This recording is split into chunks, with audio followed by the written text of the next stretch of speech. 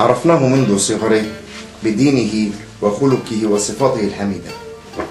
عرفناه بتواضعه وحبه للآخرين. عرفناه معطاء سخيا حريصا على أهل بلده وعلى مصلحة شبابه وشيوخه. إنه إمام مسجد صلاح الدين الشيخ أشرف علي الزينب. بدورنا نحن في موقع القرية نت حظينا بلقاء حصري مع فضيلة الأخ أشرف بخصوص إعلانه عن مخططاته السياسية. من هو الأخ أشرف؟ من هو أشرف؟ عرف عن نفسك. بسم الله الرحمن الرحيم. الحمد لله رب العالمين، الصلاة والسلام على سيدنا محمد وعلى آله وصحبه وسلم. أولا أنا أشرف علي الزينب عيسى، متزوج وأب لاثنين.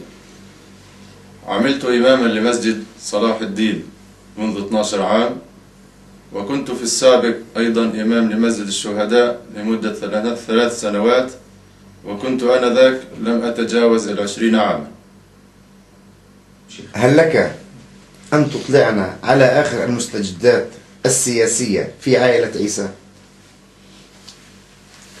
لا يخفى على أحد أن عائلة عيسى عائلة كبيرة جدا، وهي ما تعادل ثلث البلد، ومن حقها الطبيعي أن تتنافس على منصب رئاسة البلدية.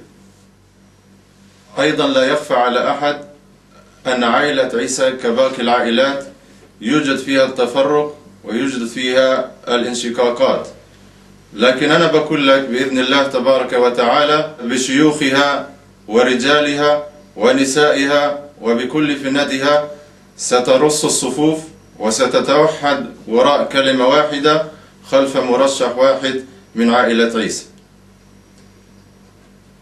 إذن هل بإمكانك إخبارنا عن الآلية التي من خلالها يمكن أن توحد عائلة عيسى؟ أنا أرى أن الشرعية الوحيدة لخروج مرشح لعائلة عيسى فقط عن طريق انتخابات التمهيدية لانتخابات برايمريز في داخل العائلة. الشرعية الوحيد لعائلة عيسى لخروج مرشح سيكون فقط عن طريق انتخابات التمهيدية في داخل العائلة. يعني أنت ترى أن طريقة البرايمرز هي الطريقة الوحيدة؟ وأنا أؤكد على ذلك أن أي طريقة أو أي وسيلة لخروج مرشح لعائلة عيسى ليس عن طريق الانتخابات التمهيدية سيزيد من التفرق وسيزيد من الانشقاق في داخل العائلة.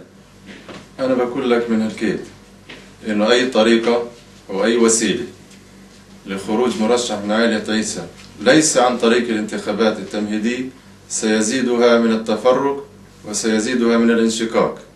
مثل الإنسان لما يخرق السفينة، كل السفينة بتغرق. إحنا في عائلة عيسى ما بدنا نغرق أخرى مرة، بدنا ننجح وبدنا نفوز عن طريق انتخابات التمهيدية في العائلة.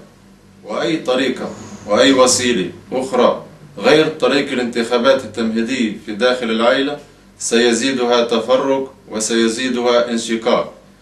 لذلك في هذه الطريقة الوحيدة التي ستتيح لكل إنسان في داخل العائلة أن يرشح نفسه. أما عن قضية الانتخابات وموعد انتخابات التمهيدية فسابق لأوان.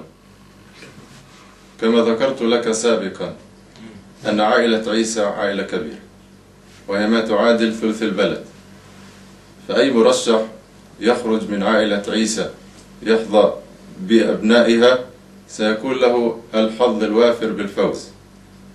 لا تنسى أن عائلة عيسى لها تاريخها السياسي الطويل ولها تحالفها التاريخي، بغض النظر عن أي مرشح أيا كان في عائلة عيسى، فتحالفها السياسي الطويل والعريق سيكون دائما وثابتا مع أي مرشح من عائلة عيسى. بلدية كفر قاسم بأمس الحاجة اليوم لرجل يضع أمام عينيه مخافة الله وحبه لأهل بلده، وأنا بإذن الله تبارك وتعالى سأكون الوفي والمخلص والحريص على مصلحة أهالي البلدة الكرام، فالصدق والأمانة هي من أهم الصفات التي يجب أن يتحلى بها المسؤول.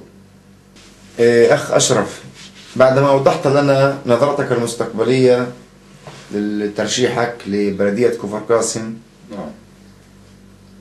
هل هناك شيء إضافي تريد أن توجهه لأهل البلد أو بالأحرى لعائلة عيسى بالذات؟